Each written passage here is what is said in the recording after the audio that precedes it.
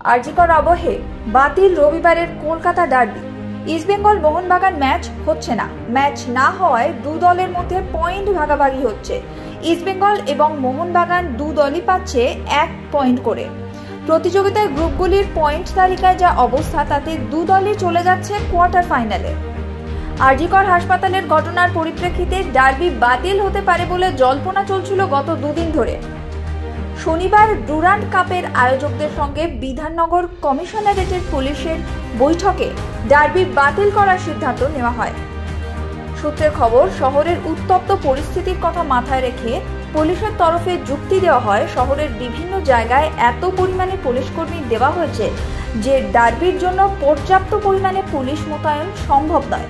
এছাড়া গত কয়েকদিন ধরে সমাজ মাধ্যমে দু দলের সমর্থকেরাই আরজিকর কাণ্ডের প্রতিবাদ জানাচ্ছিলেন।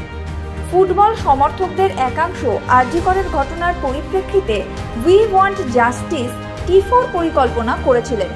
কয়েকটি সমর্থক দলের তরফে ঘোষণাও করা হয়, ম্যাচের দিন ব্যানার টিফোর মাধ্যমে ঘটনার প্রতিবাদ করা হবে।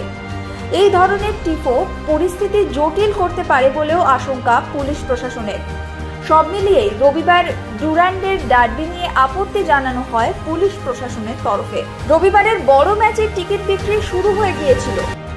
বিক্রি হওয়া টিকিটের পুরো টাকা ফুটবল প্রেমীদের ফেরত দেওয়া হবে বলে জানানো হয়। একসঙ্গে বর্তমান পরিস্থিতিতে কলকাতায় প্রতিযোগিতার আর কোনো ম্যাচই হবে না বলে সিদ্ধান্ত হয়েছে। বাকি সব ম্যাচ সরিয়ে নিয়ে যাওয়া হতে পারে জামশেদপুরে।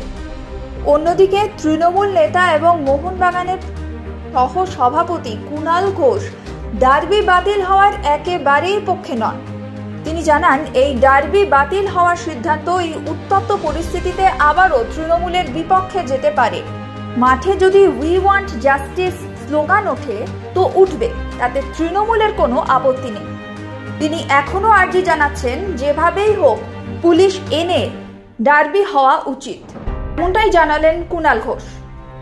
ব্যুরো রিপোর্ট, ক্যাল কলিং টিভি।